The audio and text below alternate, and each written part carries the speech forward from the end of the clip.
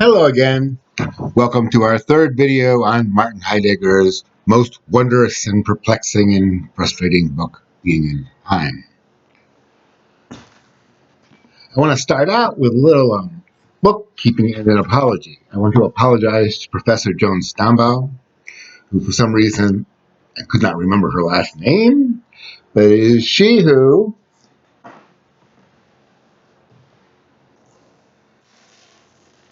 there we go again, not finding things. But it is she who wrote a more recent translation of Being in Time, published in 1996. And as I mentioned last time, the reason I'm using the older version is because that's the one I grew up with. That's the one I'm most familiar with.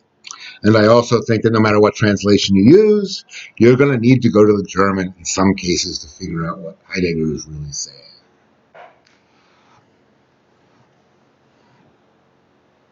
Another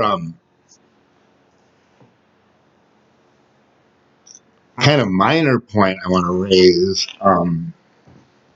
really relevant for our purposes right now, but relevant for those of us, maybe you, some of you, will want to go on and read more Heidegger after you're done with this beautiful book. And that is that at the end of the introduction, Heidegger gives this sort of outline, right here, where he talks about how Being in Time will have part one, which has three divisions: the preparatory fundamental analysis of Dasein, Dasein and temporality, and time and being. And then it is supposed to have a second part, which deals with Kant's doctrine of schematism, ontological foundation of Descartes' cogito sum, and Aristotle's essay on time. And so a lot of people will just sort of casually say, yeah, Heidegger wanted to write all this stuff. He didn't. He only really got through the first two divisions of part one of his work. And literally speaking, they're right. But if you look at Heidegger's writings after Being in Time, if you look, for example, at the book Kant and the Problem of Metaphysics, you will find that he deals in that book. It's not called Part X of Being in Time, but he deals within that book a lot of what he's promising to do in that division. Okay. So I want to start with the important stuff by raising a question that really applies to any philosophical work, and that is where to begin. What is the starting point? What justifies using this point as a starting point?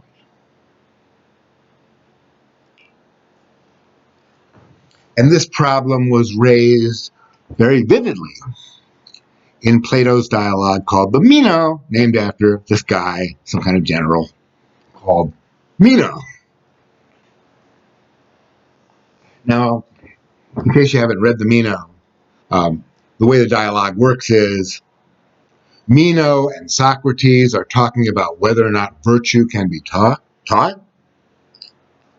And then Socrates, as is typical of him, says, but wait, before we can tell whether or not virtue can be taught, we need to know what it is to be virtuous. What's the nature, the true definition of virtue? And then Meno comes back and raises this very famous and important challenge, not just to Plato, but to lots of philosophers, to many cases of philosophical investigation. And that is, right after Socrates says he thinks we should start moving on to investigate what virtue is, away from the question of whether or not virtue can be taught. Meno says, "How will you look for it, Socrates, when you do not know it at all, what it is? How will you aim to search for something you do not know at all? If you should meet with it, how will you know that this is the thing that you really did not know?" This is a special problem for philosophy. It's not a problem for the sciences, or at least not as much. Maybe in some areas it would be. But for example, let's say you want to study botany.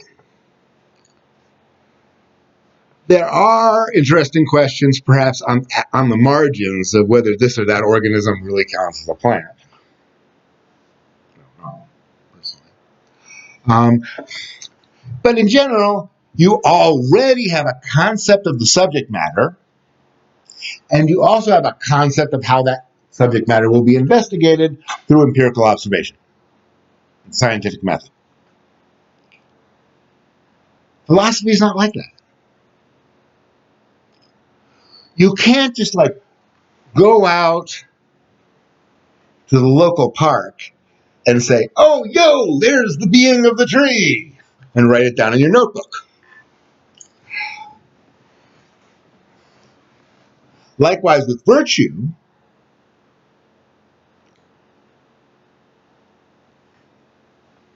if you really think you don't know what virtue is, then Meno says, well, the situation is either hopeless or trivial. Well, actually, it's hopeless if you don't know what it is, because if you don't know anything about virtue, then there's no way you're going to be able to recognize it when you find it. Just as you don't know anything about the concept, and given that you have no idea what that concept is, there's no way you would be able to recognize it, assuming it really was a concept of some sort. And so this problem arose with respect to virtue in the Meno, and it also arises in the context of the question of being, in being and time. Last time, I think I mentioned, without really explaining much, that it's very, very important for the project of being in time to get going, that we recognize that an average, everyday, non-philosophical, but an average, everyday, inchoate understanding of being already exists in us. And we actually know that's the case because we use the verb to be, is, am, are, were, almost, without any problem in everyday life. It's because we already have a kind of inchoate, vague, and as we will learn very soon, quite distorted understanding of being already.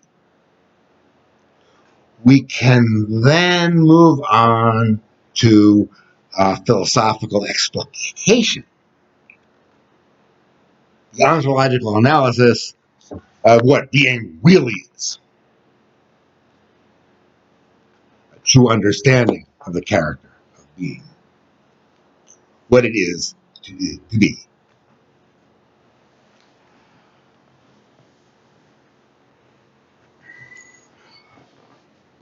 So there's this issue of whether or not Heidegger's engaging in circular reasoning that he discusses in the introduction, and the answer to that question is the best answer, at least, and the one that I think is one that is clearly present in the text, is that the situation is like that with respect to Meno and virtue, right?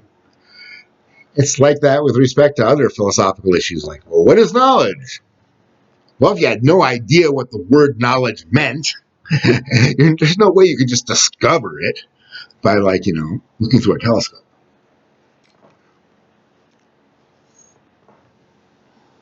So,